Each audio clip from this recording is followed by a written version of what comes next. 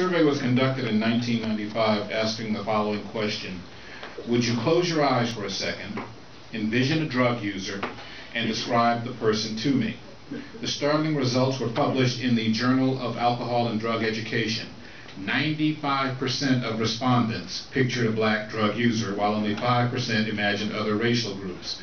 These results contrast sharply with the reality of drug crime in America. African Americans constituted only 15% of current drug users in 1995, and they constitute roughly the same percentage today.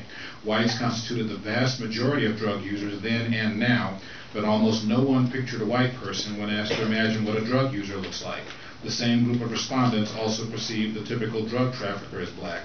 I'm going to ask you an unfair question because I doubt you can answer it. But we were chewing this over at dinner, but I think it at least needs to be broached because I've used this statistic among others in my column, and it is invariable that when I do that, when I say that the vast majority of drug use in this country is not black but white, and the vast majority of drug dealers is not black but white, I get challenged like you probably would believe. Mr. Pitts, what's your source for that? Where'd you get that? That can't be true. And there's all sorts of rationalizations and justifications. One person says, well, you know, black drug sales tend to take place more on the street, so they're more open, so that's why this happens. So my unfair question to you is, why is it so difficult for people to, or why is conventional wisdom so resistant to verifiable fact? You know, why is fact so impotent? Well, you know, actually, I think that a big part of it has to do with a kind of a fair amount of brainwashing that occurred, you know, in the media and in our political discourse, particularly following the crack epidemic. You know, the war on drugs was declared before, not after crack hit the streets, which is a point I underscore in the book because I find so often in talking to people, there's this sense that, well, the drug war was declared in response to crack cocaine. No, it was not.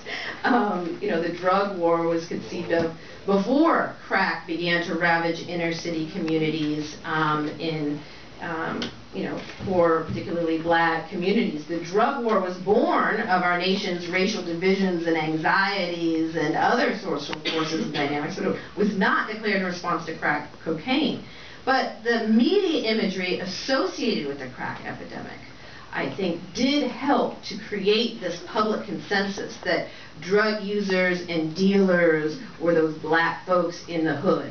There was the imagery around crack babies, you know, the so-called crack whores, crack dealers, crack-related violence, and for a period of time, you know, our television sets were literally saturated with this imagery. And in the years that followed, much of kind of popular media, movies, television tended to depict drug users, drug dealers as primarily black and brown. And as hip-hop evolved into gangster rap, you began to see in the entertainment industry and on MTV and VH1 so much of that imagery, you know, celebrated and glorified in popular culture as well. And so it became this kind of conventional wisdom that black folks are the criminals. But, you know, we can trace it further back than crack cocaine.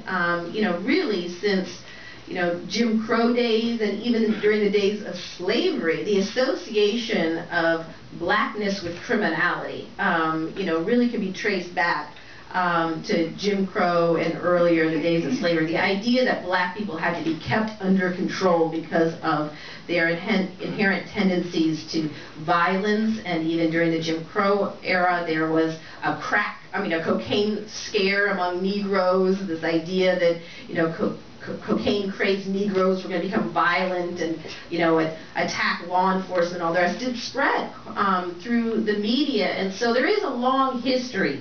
And so this idea that black folks are more likely to be drug addicted or engaged in crack and other, you know, drug use, abuse, and sales, I think, feels like common sense in part because of our racial history as well as the media imagery.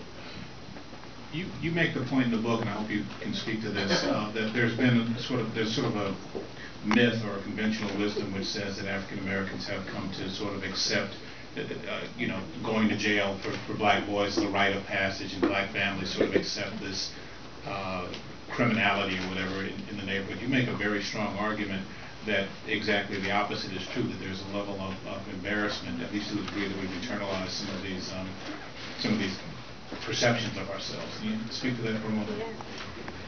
Yeah, well, I do spend a lot of time talking in the book about stigma and the stigma of criminality, the stigma of a criminal record and how it follows you for the rest of your life, and the psychological harm associated with being branded a criminal and felon and what that does to people.